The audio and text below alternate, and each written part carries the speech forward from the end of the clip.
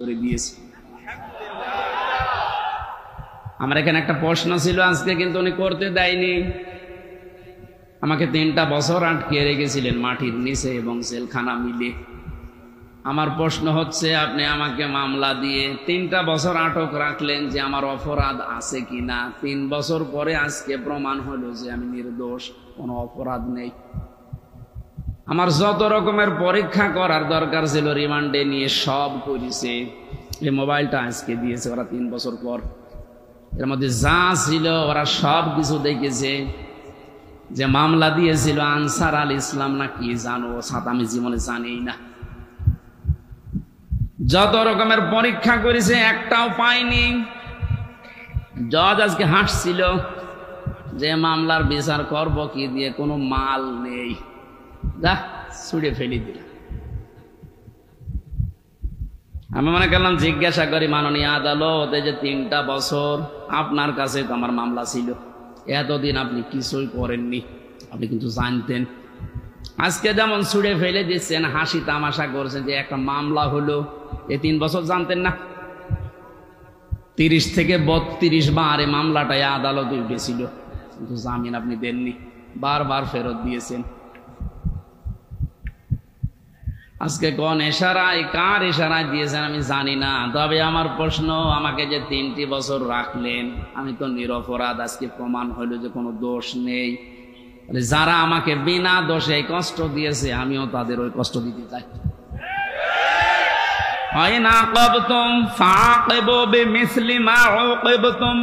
যতটুকু অত্যাচারিত হও অতটুকু করো। তা আমি যেহেতু হয়েছি, করানো আমাকে জানিয়েছে, সুতরাং আমি যতটুকু পেয়েছি। মাটির নিচে আপনারা আমাকে রেখেছিলেন, আমার মামলার আয়ু থেকে শুরু করে উপরের যে নির্দেশদাতা পর্যন্ত প্রত্যেককে আমি এই 3 বছর মাটির নিচে রাখতে চাই। আমি বেশি করছি না, সমান সমান করছি। এটা যদি আপনি না করতে পারেন, আগামীতে আমার মতো আরো মানুষ বিনা কারণে 3 বছর 5 বছর না 10 বছর 15 বছর মাটির নিচে জেলখানায় থাকবে, কোনো বিচার হবে না। 15 বছর পরে লোকটা যখন বের হবে, আপনি রায় দিয়ে দেবেন যে নির্দোষ, কোনো দোষ নেই, তাহলে 15 বছর আপনি ফিরিয়ে দেন। আমার জীবন থেকে আপনি 3টা বছর নষ্ট করে দিলেন। যাদের কথা মতো এই মানুষগুলো তো কিয়ামতে মামলার আসামি হবে, কারণ আল্লাহ আপনাকে মাফ করবে না যতক্ষণ হামজা মাফ না করে। কারণ আপনি আল্লাহর ক্ষতি করেননি, ক্ষতি করেছেন হামজার। ওটা যদি হক্কুল ইবাদ হয়তো, হক্কুল্লাহ হয়তো আল্লাহ মাফ করে দিত, কিন্তু এটা তো হক্কুল ইবাদ, বান্দার হক আপনি নষ্ট করেছেন। যাদের ইশারায় তাদেরকে আপনি বলবেন। এই মানুষগুলো যদি হামজার কাছে মাফ না চায়, কোনো দিন লোকটা জান্নাতে যেতে পারবে না। দ্বিতীয় সিস্টেম হচ্ছে লোকটা জালিম।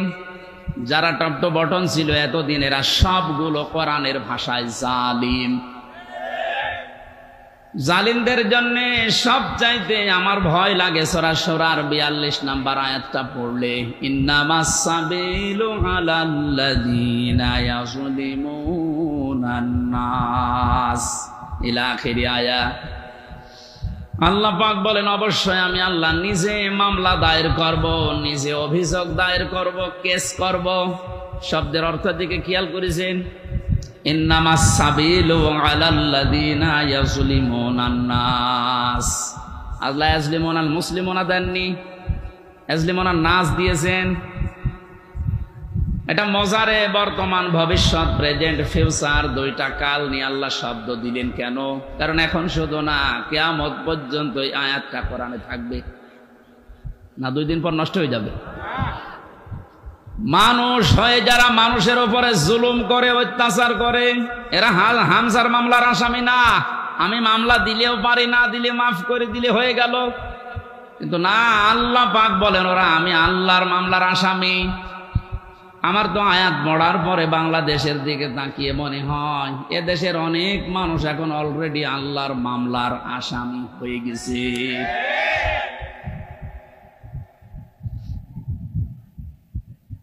যিনি বিচারপতি, যিনি রায় দেবেন, তিনি যদি মামলার বাদী হয়, বলেন আপনার পক্ষে রায় আসার সম্ভাবনা আছে? আমার পক্ষে তাও তো বিচারপতি ছিল অনেকগুলো, সিএমএম কোর্টে, জজ কোর্টে, হাই কোর্টে পর্যন্ত, কিন্তু শুধু উপরের নির্দেশ পাইনি, এই জন্য লিখে নাই। অথচ যিনি নিজে রায় দেবেন, যিনি নিজে নির্দেশ দেবেন, আলাইসাল্লাহু বিআহকামিল হাকিমিন, সবচাইতে বড় বিচারপতি যিনি, তিনি আল্লাহ। আপনার মামলার আসামবাদী। আমার ভয় লাগছে আমরা আবার আল্লাহর মামলার আসামি হয়ে যাচ্ছি না তো। ওয়ায়াবগুনা ফিল আরদি বিগাইরিল হক, অন্যায়ভাবে পৃথিবীতে বিদ্রোহ করে যারা বেড়ায়, এই দুই প্রকার মানুষ আল্লাহর মামলার আসামি। আর এই দুই প্রকার মানুষ এখন বাংলাদেশে বেশি। আগস্টের 5 তারিখ থেকে আজকের এই 2 তারিখ পর্যন্ত তাকান, এই 26-27 দিনে কত ভাবে চেষ্টা চালাচ্ছে কি করে বিশৃঙ্খলা তৈরি করা যায়, বিদ্রোহ করা যায়, দুনিয়া অশান্ত করা যায়। আমি আপনাকেই বলছি, আমি আপনাকে ভালোবাসি, বাঁচাতে চাই। কোরআনের চোখ লাগিয়ে দেখতে পেলাম এই দেশে 5 তারিখের পর থেকে 2 তারিখ পর্যন্ত যারা শান্ত হয়ে যাওয়ার পরে বিশৃঙ্খলা করার চেষ্টায় আছেন, পৃথিবীর মানুষকে বোঝাতে যাতে দৃষ্টান্ত শান্ত নেই, কত রকমের ক্রু তৈরি করে ইস্যু লাগিয়ে আপনি চেষ্টা চালিয়েছিলেন। তওবা করে ফিরে আসেন, নয়তো আপনি আল্লাহর মামলার আসামি। আমি আশা করি আপনি কথা বুঝেছেন।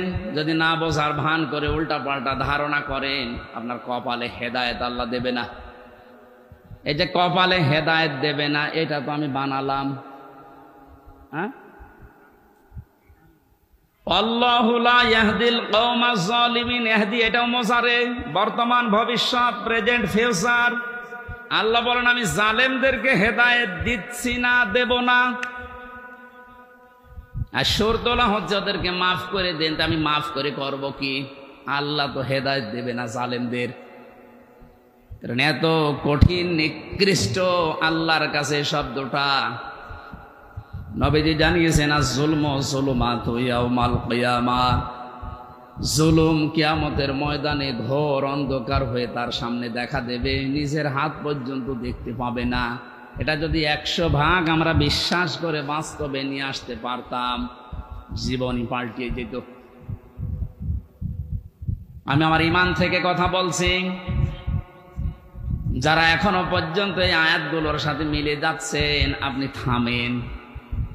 মৃত্যুর গড়গড়ানি চলে আসলে তখন কিন্তু আপনার পাশে বসে কালেমা পড়ালেও কাজ হবে না।